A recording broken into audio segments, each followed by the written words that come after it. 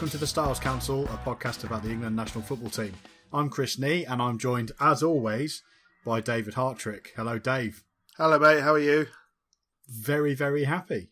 Very happy. It's an unusual thing for England to be in a position they're in, but it feels good. It feels right. Yesterday was pop and crisps, as we'll get on to. Yes, let's talk about that later, but we'll talk about it with our first ever guest on the show. He is football365.com deputy editor, Daniel Storey.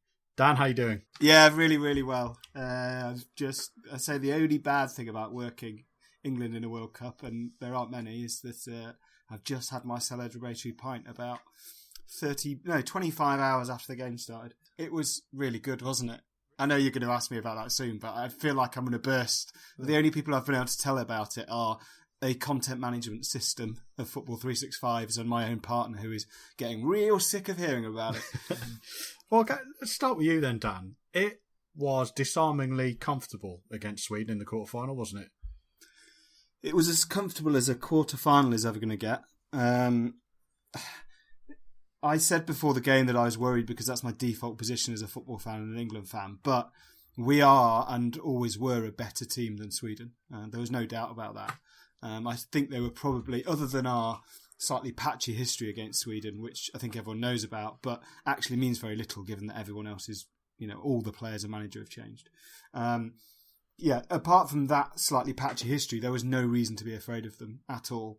My only worry was that a young squad would become kind of self-aware of what was at stake and not bottle it because that's unfair, but just get really nervous. And I think they were really nervous early on. But Sweden weren't good enough to take advantage of that. A better team than them, and that may well be the semi-final team, would have kind of spotted our nerves and tried to pin us back. But Sweden were dreadful, really. Dave, we've heard a lot about Sweden accounting for Italy, Germany, etc. Any fear on your part before this? No. As you know from our WhatsApp discussions. No, I was supremely confident for once because there's a little website called Football 365. I think it's a part-time blog that I did the World Cup previews for, and I watched a lot of Sweden, and they're just not very good. They can defend and they're compact and they get 2 lines of 4 in there, but they are just genuinely not very good. And I always felt like they'd put in their big performance during the group stage. And the thing that Sweden cannot cope with at all is if you go one up against them. If you go one up against them, they have nothing to reply with. And I always fancied... I mean, it would be bold to sit here and say, I knew that header was going to go in, but I always fancied us to get some set pieces that were going to trouble them, and I always fancied one of our defenders to do what they've done all tournament, really, which is to cause havoc in the box, and that's exactly what happened. And it's we were just briefly talking off air. It's just a really strange sensation to see England deal with swat away a knockout game as if it was a friendly played in the second week of March at Wembley Stadium. It was the sort of all the celebration videos and everything on Twitter afterwards. While they were great, it was sort of, I don't know. It just felt so weirdly routine, so oddly slightly subdued. But yeah, it was in a game that was all about the result. We got the result in sort of the least fussy way possible, didn't we? Speaking of routines, let's talk about the first goal. Harry Maguire header after about half an hour from an Ashley Young corner, and it was all done in the movement. And it's very, very clever, Dan, what England are doing at set pieces at the moment. Yeah, we've heard from... Throughout this tournament, I kind of heard early on about the Southgate looking at basketball techniques, about just how in a sport with only very few players on very few players, one player always manages to find space around the danger zone. Southgate apparently watched the Minnesota Timberwolves, I think, and got tactics from them on how to create space in the box. He's clearly watched some NFL as well, because without going into too much detail, two of those runners effectively take away a man and also legally block an opponent from getting to our best header of the ball, which is either Harry Kane or Harry Maguire, and they've done it absolutely brilliantly. It's one of those things that when you watch it and you watch it happening and working, it almost makes you annoyed that this hasn't happened before, not just with England, but with every team. Why are corners are notoriously taken short in the Premier League because coaches think, well, there's no chance of scoring, so we might as well turn this into an open play attacking situation because we don't think we'll score. And then you watch things like this happen, you think, well, how is this not being done before? The thing is, it's been weirdly effective before, but still not widely copied. Because you think about Greece winning the Euros with essentially set piecing their way through an entire tournament, and he has been watching a lot of NFL. He has been watching a lot of basketball. He's also been watching a bit of Leyton Orient, if you like to believe what you read. Yeah. But I just always fancy us to get out of any set piece something on goal at the moment, and whether that leads to a corner, whether it's a goal, whatever. It's just, and me and Chris have spoke on past episodes about sort of not being ashamed of being good on set pieces. There's lots and lots of ways to win games and score goals. And if this is something you are strong at, then absolutely embrace that to the fullest you can. Yeah, there's two ways of looking at it. I thought there's two ways of looking at it. First, you can say, oh, England are only scoring set-piece goals and not creating enough from open play, which I kind of did worry about before the game. But the other way of looking at that is we're only scoring from set-pieces and we're already in the World Cup semi-final, so let's not worry too much. Maguire and Stones and Walker, Dan, have really grown as a unit at the back there. It feels like we've got a nice solid defence that have an understanding at the moment, and they're difficult to break down and contribute in other areas of the pitch as well. Would they have been your three at the start of the tournament if you were picking a team?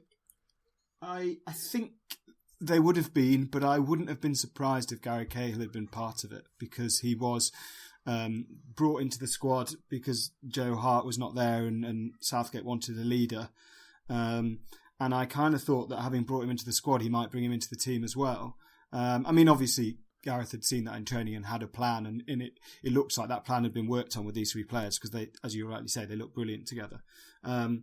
Southgate has, I think, benefited from a number of excellent club coaches in the Premier League, but the move from Kyle Walker to right wing back to centre back is on him. That's his doing, and he deserves huge credit for that, because particularly against Colombia, less so against Sweden because they didn't really try and attack, but particularly against Colombia, there was a couple of times where Maguire and Stones got slightly caught up the pitch, and Walker's pace just screaming around to cover is vital, because if that had been Gary Cahill, then big shots on goal would have happened, and clear-cut chances would have been happened against us, which they just didn't because Walker was there. So, yeah, they're working brilliantly, and as with everything with Southgate, it just looks like there's a plan for every eventuality, other than, it should be said, and this is my only caveat going towards the semi-final, other than going a goal behind, because we haven't had to do that and come back yet.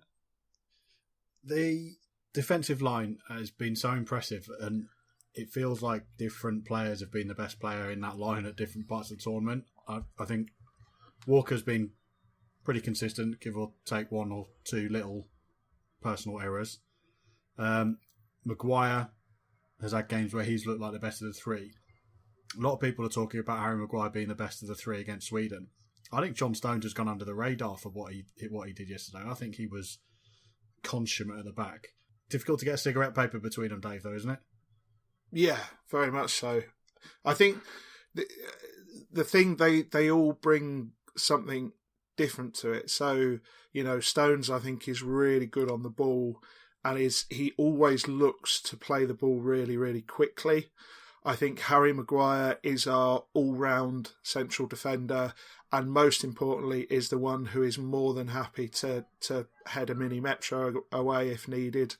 And then you've got pace from Walker, and it all seems to work. And I think even if you look at the goals we've conceded, the Tunisia penalty, we spoke about it, Chris, and I think the caveat with that one is that if Walker had played as a central defender for much longer, he doesn't concede that penalty. I don't care about conceding a goal against Panama when we're 6-0 up. The Belgium goal was just a brilliant finish, to be perfectly honest with you, in a scratch defence anyway. The Colombia goal was, we conceded a header at a set piece to a 6'5" central defender who had been having a wonderful tournament. Yesterday, there was just, I don't know, there was just a safety and a security. And when they did get through, Pickford was there to make the saves, but they just seem to work. And I sort of make a habit, I don't follow any footballers on Twitter because they drive me mad, but I've been regularly checking in with Walker and Harry Maguire and various others. And there is a genuine camaraderie between the three of them, isn't there? There is, you can't fake some of the stuff you see there, like Carl Walker taking the mick out of himself, then taking the mick out of Harry Maguire with the photo that's become a meme, etc., etc. It's just, I don't know, It's a strange combination of three players that on paper I think perhaps you would look at and wouldn't necessarily put them together, but that's the sort of alchemy that football produces, isn't it? That these things don't have to be played on paper, do they? It's what works on the pitch and what works in training. I think the thing with John Stones is that I agree, he's been absolutely sensational in this tournament, but I think there's a tendency to misrepresent him and think that when John Stones plays well, you'll really notice him because he's a passing player and you'll see him stepping up. Actually, some of John Stones' best games are when you don't notice him. It's when he's doing everything pretty simply, but very well. And I think the Sweden game was an example of that. I know Harry Maguire scored the goal, so he's obviously going to get headlines, but Maguire sticks out more. There's no doubt about that. He's the action defender. But Stone's just quietly doing his thing is when England look the best anyway. Yeah. Is it football alchemy, Dan, do you think that? Or is it just a symptom, that back three, just a symptom of finally having Club England? Yeah, I think it probably is exactly that. I think there's an all-round optimism amongst the England players. They're all good defenders or they wouldn't be there anyway. We know that the reason England have failed before is because they've underperformed, not necessarily because these players have overperformed given the opposition they've played. They've just played to their potential, which is all we ever wanted. And yeah, I think it's exactly that. I think it's the mood. There's clearly a different mood in the camp. I think the openness of the Football Association with supporters and media helps because it feels like everyone's on the same side. And I think that just creates an environment where it's easier to play good football. Performances that's getting out of the players is no more than they deserve for it. I think it's an obvious strategy that's very difficult to actually pull off in reality. And when you get that team chemistry together, inside and outside the camp, you seem to be able to get a slightly more modern, dare I say, more relaxed approach to how we deal with things on the field. One of the players who is thriving in that is the guy who sits in front of those three defenders. Jordan Henderson, I think, has been playing out of his skin in this competition. And he looks like, armband or not, an England captain at the moment, Dave. Yeah, he does. I've sort of spoke about where I think his limitations lay, and I still think his limitations lay in those same places, but I've spoke about Jordan Henderson before in that I've never seen a more average player, but I don't mean that in a bad way before the pitchforks come out. I just mean he is average at everything he does. He has no weak spots whatsoever. He has no particularly high spots, but he doesn't have a weak area of his game. And what he's done in this World Cup is just been so... There's an efficiency to a lot of what he's done. There's been seeing him yesterday with the chance where he put the block in and then eventually got the clearance on the edge of the area in the second half and then celebrated as if he'd scored a goal really says everything about where he feels his performance lies in this World Cup. And you look at a player like Henderson who's rose to the occasion and he's one of many in this squad. And again, you feel with Henderson that I think one of the things about this team at this World Cup and this squad at this World Cup is that we all know that the sort of the massive egos and the great big players aren't there, and it's very easy to go, oh, there's no Rooney or Gerrard or Lampard everyone's looking to. the thing is with someone like Henderson, I think it really, not having those egos around him really has suited him, because he has just been able to sort of get on and do what he wants to do and lead by example. And it's brought a lot. He's not the only one, but it's brought a lot of aspects of his game out that I don't always see when he's playing for Liverpool, if I'm completely honest. But yeah, he's been great, and yesterday was another really neat, tidy, efficient, 7, 8 out of 10 performance, and he's never dipping below that, and that's great going forward. He is going to have a much, much different challenge in the next game, but he will be as confident as it is possibly for him to be at this point in time. The confidence is a big thing in his competition for England, I think, and it was obvious the shift in confidence once we got in front against Sweden as well. It was a nervous start, as you say, Dan. I thought that the misplaced passes and the slightly rushed nature of the performance made that very obvious. But when we scored, you just felt like we've had knockout games in competitions before where England have scored first, and you can almost feel the nation seizing up. It just felt like we were onto a winner, didn't it? Yeah, and the thing is, we were very nervous in the first 25 minutes, and because social media and Twitter is what they are, people were obviously worried, because people use it as a forum not just to state opinions, but to kind of, release demons out of their own head and go, right, if I put this on Twitter, it'll be fine. And people were worried. You could tell people were worried. But you can't both simultaneously demand that England has a young, hungry squad of new players that we haven't seen before, and then also get annoyed when they start playing nervously in the biggest game of their international careers, because that's what you get. You don't get robots. We can't produce players that are going to be impermeable to nerves, because we're not Germany. We've not been here for the last X number of tournaments in succession. So, yeah, it worried me, and it was nervous. But actually, the fact that they realised pretty quickly that they had very little to worry about is a huge thing. And actually watching, I know we'll get on to the semi-final, I'm sure, but watching Croatia against Russia and against Denmark, they've been the same, and they've got players with just as much experience in elite club football as we have. So this will be a two-way street. Dave, talk to me about the wing-backs. Yeah, I what can you say about Trippier that we haven't said on this podcast?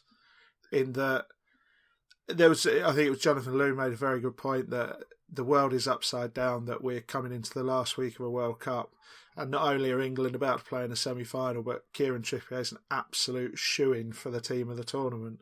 He is the first name on that team sheet, and he really is. His delivery is brilliant. He's making so many good decisions at the moment. And I mean, not just in terms of his delivery, but also in terms of when to go, when to sit, when to cover. He just looks every inch, not only an England player, but to be frank, he looks every inch like a proper top-line Champions League fullback at the moment, which is mad for a player that every Spurs fan I speak to doesn't rate, which is just crazy, but sometimes that's what international football does. And on the other side, we're doing okay as well. Ashley Young has creaked once a time in this tournament. I would suggest that he has shown one or two signs, but generally he's been really, really great, and the backup in both positions is superb.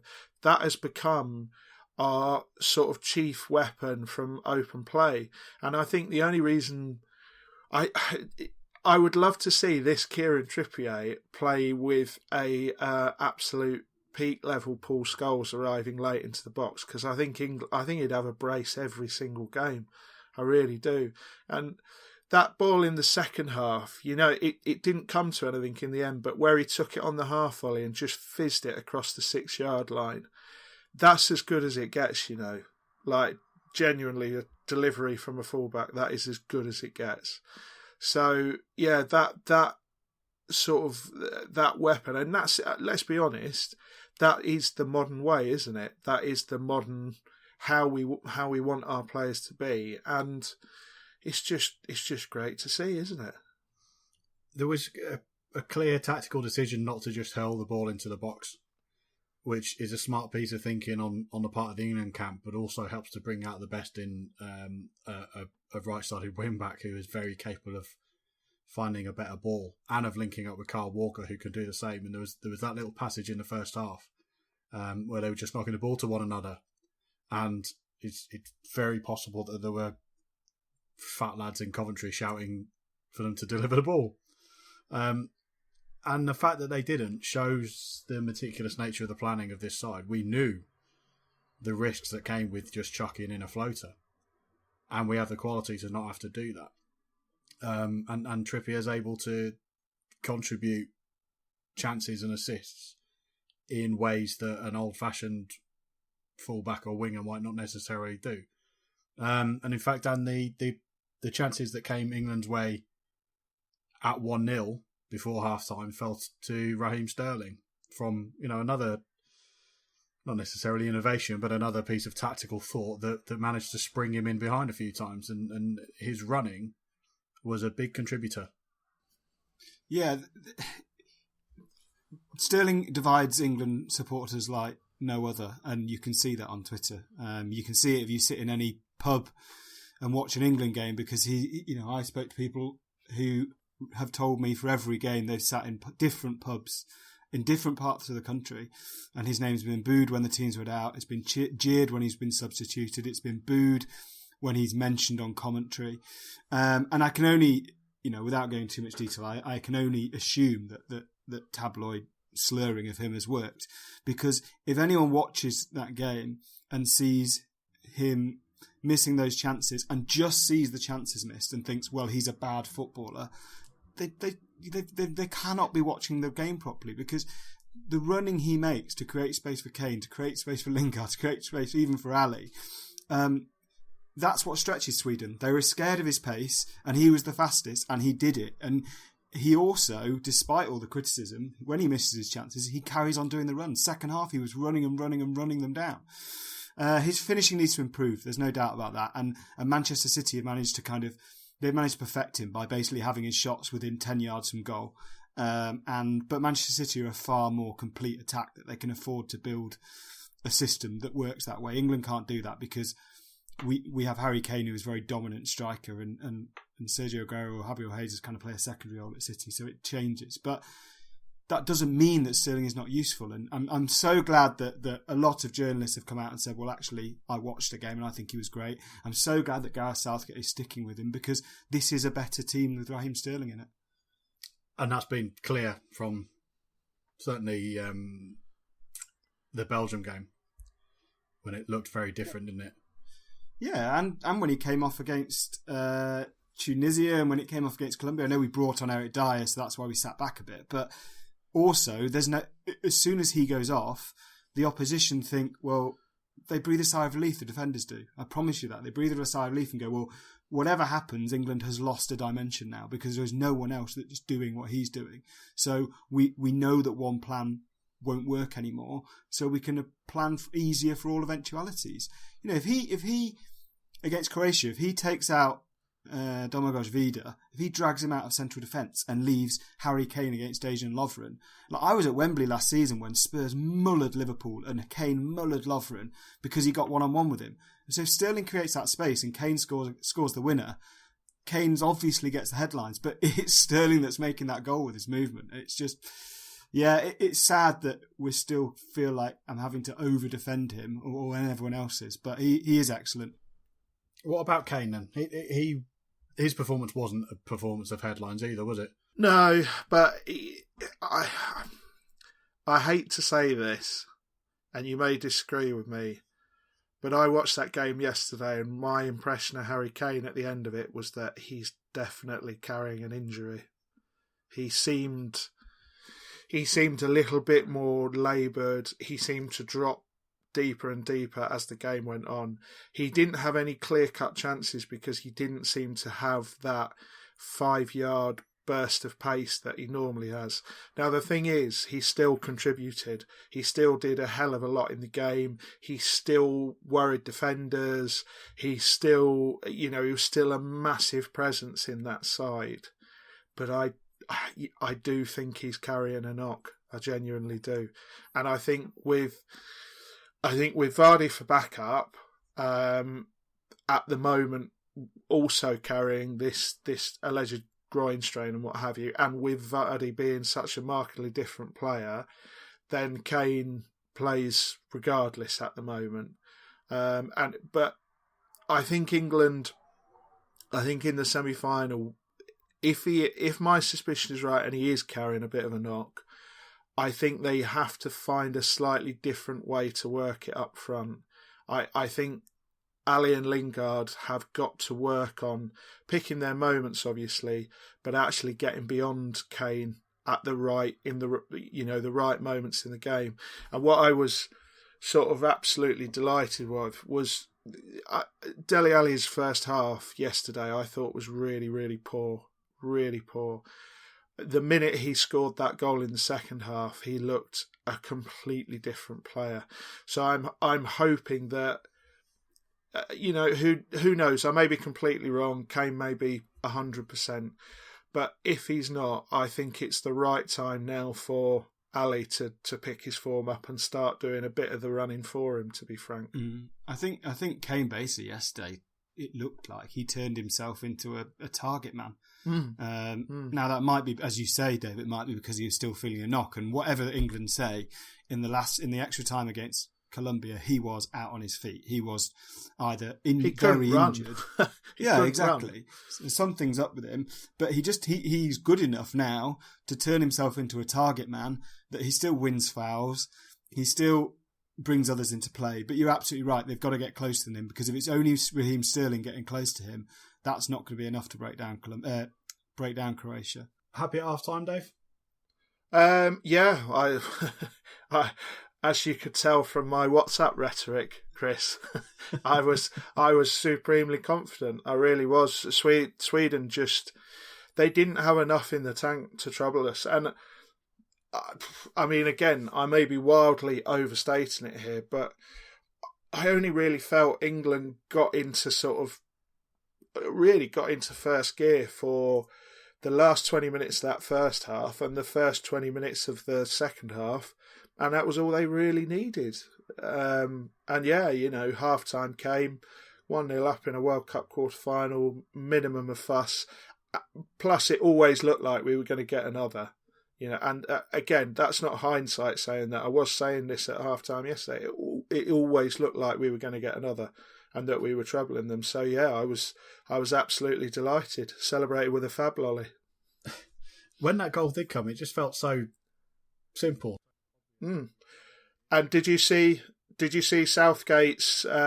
Not Southgate. Did you see? I think it was Harry Maguire's interview afterwards, where they talked about his first goal, but then they talked about the second goal, and he said that move with Ali pulling away and Lingard crossing it, they'd been working on in training all week.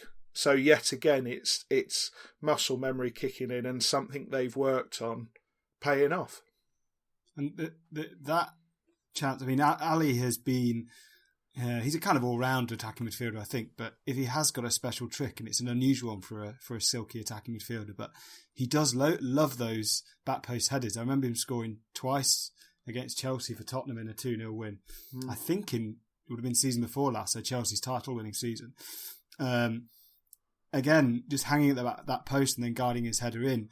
And obviously the late run beyond the defender. I was, it doesn't matter now, but I was disappointed with Sweden's defence yesterday, because they had been bigged up as a team that would frustrate England. But I thought that was so sloppy, that marking, there were basically three players queuing up, ready to head the ball into the goal, and the cross went to Ali, so fine. But yeah, I was really disappointed with them, because that was pretty budget defending. Problem is, they were used to having essentially a four-man screen in front of them, and at 1-0 down, they pushed their wide players right up, and they pushed one of their central midfielders up. So suddenly they didn't have that screen, and I mean, I hate to sort of say it as blunt as this, but they look exposed for what they actually are, which is a group of very average defenders. Yeah, and they overachieved, didn't they? They overachieved in this tournament. They overachieved to get there. So, but through absolutely unbelievable organisation, and that was the thing. As soon as we got that first goal, that is in a very real sense, that is all Sweden have got, is just organisation. And as soon as you break that, as soon as you ask them the question, and Chris has already mentioned it, this is the problem England are going to have at some point. They have no answer for it. For all that, they did find a way to give Jordan Pickford some work to do. He made a couple of pretty decent saves, and one that I would argue is a very, very good save. It felt briefly like they might be able to get themselves back in the game, and yet I never really got the overall feeling that they were going to be able to do it. Pickford's been the subject of a little bit of criticism at various points in this competition. Never had any truck with it, and I think he's vindicated everybody who was quick to defend him in that situation, with some very good saves against Colombia as well, and obviously the crucial save against Colombia. He's been rightly, Dan, chosen ahead of Jack Butland now, surely? Yeah, another one of Southgate's calls that now look regulation, but actually at the time were big shouts, and shouts that, very serious and well-meaning and knowledgeable journalists and writers thought could go the other way. I think Butland had a poorer season than he would have liked it last season, and that probably made his decision for him. But this was a player with, I think, 4 international caps or maybe 3 international caps going into this tournament, Pickford. And again, he's a human being. He's a young lad. Of course he's nervous. Of course he's going to make mistakes.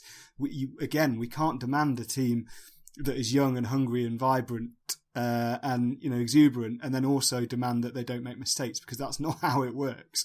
But yeah, his recovery from what was sold as a mistake to let Januzaj through without getting a proper dive in. I don't think it was a mistake, but to come back from that media criticism and play as he did since, and again, like Jordan Henderson, the screams of delight and release when he does something to help his side, like he'd scored.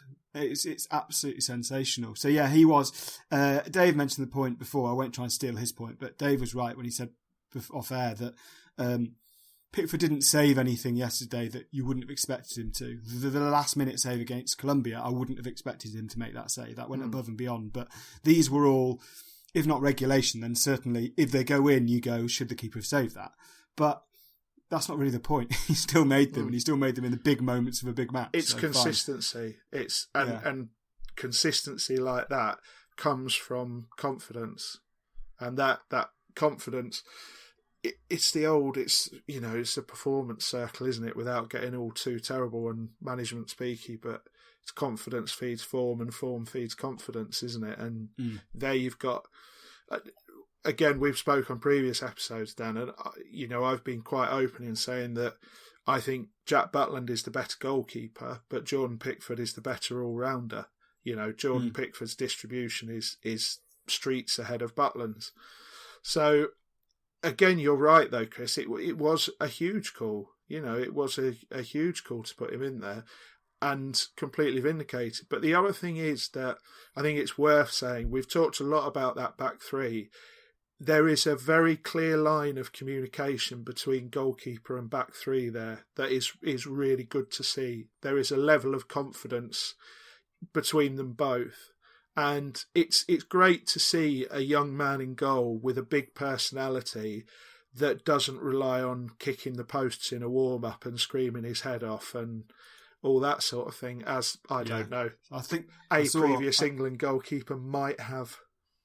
I think it might, I can't remember who it was, it might have been Noz Bearded Genius on Twitter, but I saw a tweet yesterday, I think it was him doing the rounds, that said Jordan Pickford is the goalkeeper that Joe Hart thinks he is. And I think that's exactly right, because there are the same screams of, yes, I did it, but it's in a team sense, it's not in an individual sense. No. And there's also not the pride before a fall that came, unfortunately, with Joe Hart's last 2 or 3 years. And he is now. He is that keeper. He's solid and he's an all-rounder, but he's also passionate. But it's not passionate for effect. It's passionate because he really, really, really enjoys playing for this national team. That's a big point. The enjoying playing for the national team and enjoying supporting the national team. This is a different England to any that we've had. Certainly me and you, Dan, in our kind of conscious, awake football knowledge. Yes. Such a difference from even the good sides that England have had in that period. It really feels like youth and smarts and diversity are making for a team that is, unfortunately, fitting for a much better nation than ours. Yeah, it is. And it in a way it's, it feels incredibly negative me to focus on anything but the brilliant positives, but it does make you annoyed that it's taken this long to realise. We've spoke before on Football Fives about winter breaks and about the number of foreign players in England and like where are we going wrong until we're blue in the face. The reality is that we've improved very quickly by forging a mood that was there all along. This was available all along. We just weren't able to harness it. We didn't need root and branch reviews necessarily. We didn't need to copy other countries. We just needed to do our own thing and do the very, very logical steps. And it feels this summer we've got there. And I'm glad it's come with a good manager and a good guy and some likeable players. Is there anything that connects this summer to last summer, do you think, Dan?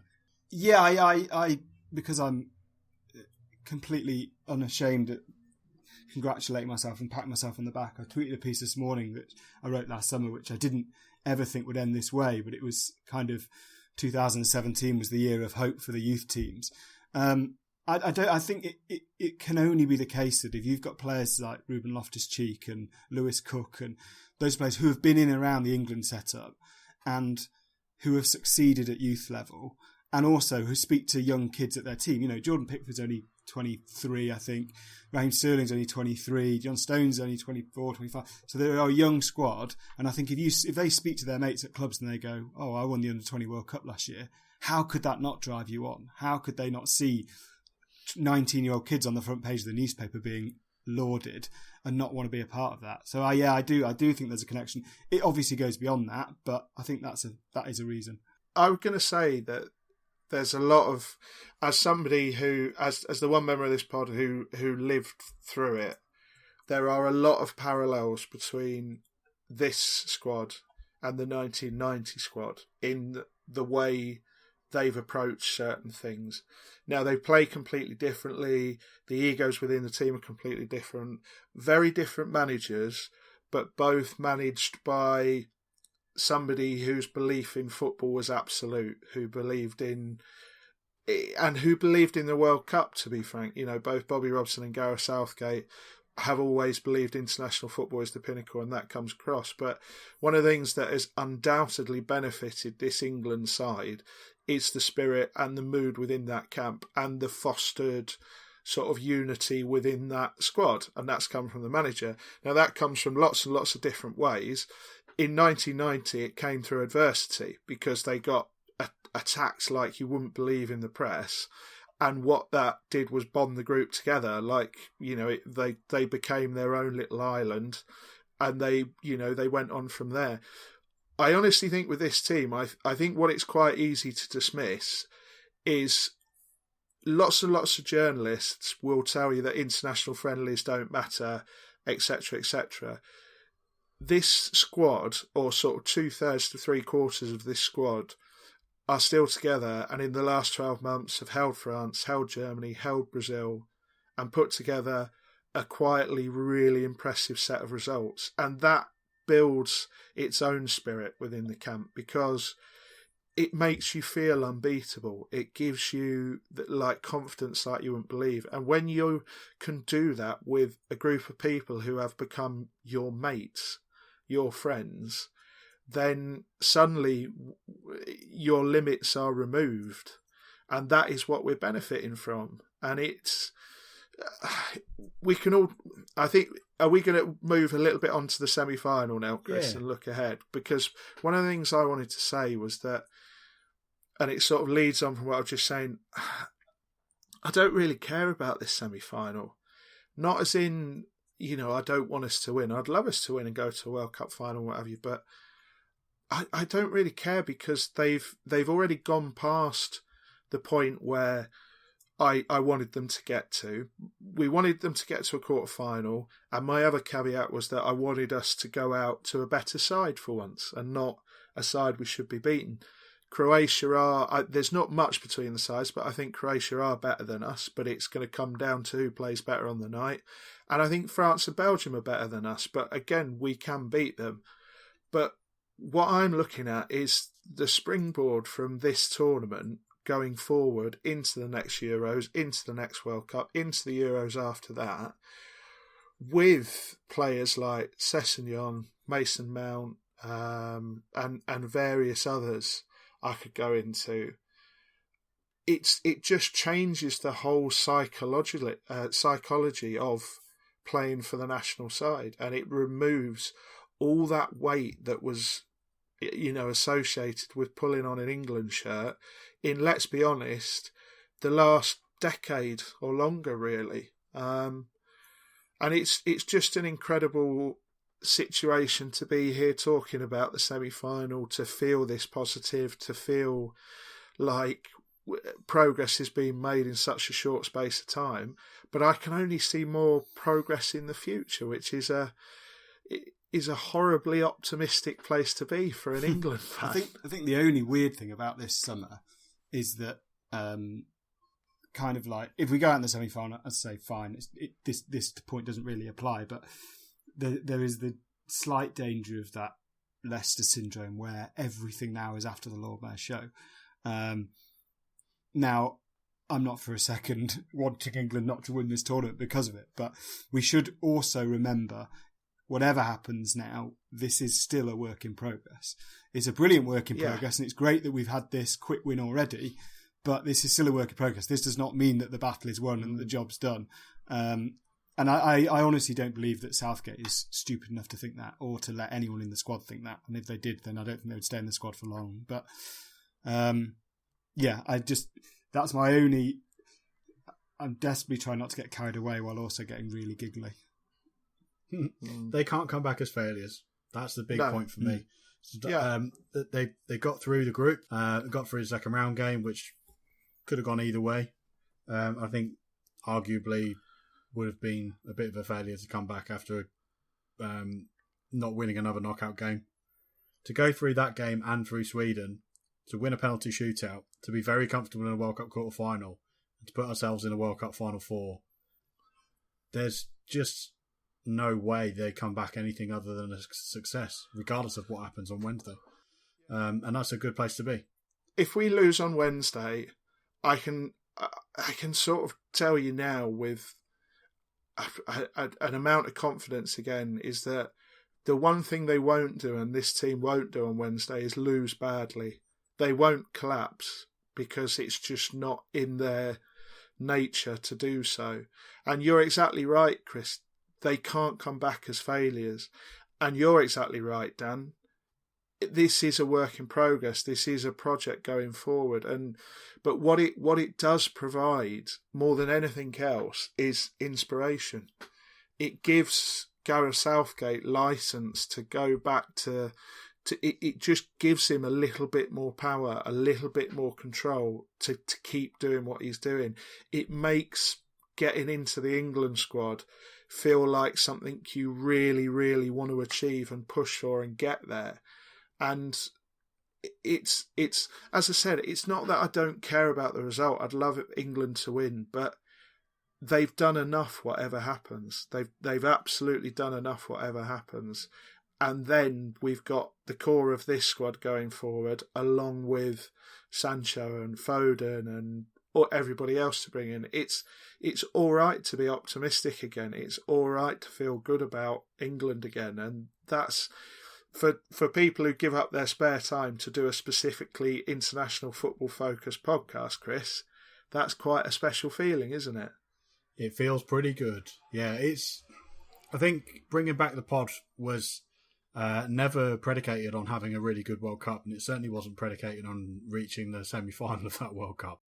And yet, because of the way the Sweden game went, I feel pretty unemotional about it. And I think probably slightly because I will only have positive things to say about this World Cup, regardless of what happens in the semi-final.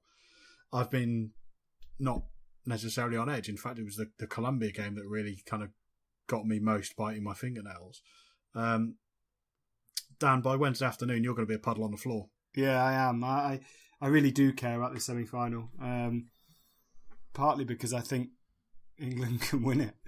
And whatever happens when England go out of a tournament, there will be disappointment, and there should be, because the reason we care so much is because we hope, and the reason we hope is because that has to be balanced out by disappointment if it doesn't go well, of course. But you're right, there will be no scapegoating and there will be no outrage when England go out of this tournament. But they are a group of players and a manager who have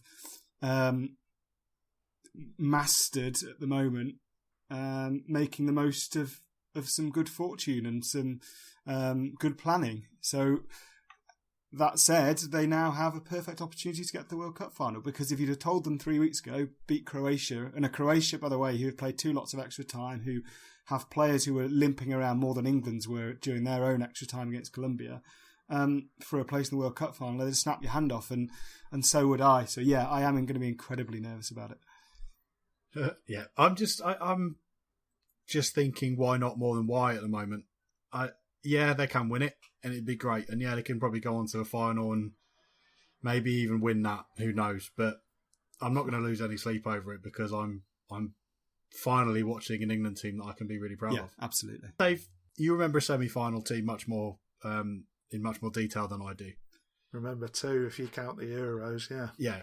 The Euro 96 team is one that both Dan and I remember very clearly as well. How different is it at the moment to be kind of coming in with maybe the same expectations, but getting to a semi-final where, rather than playing, an imperious opponent and looking ahead to a final that might arguably be slightly easier, to one where getting through a difficult opponent in the semi-final really is only the first hurdle?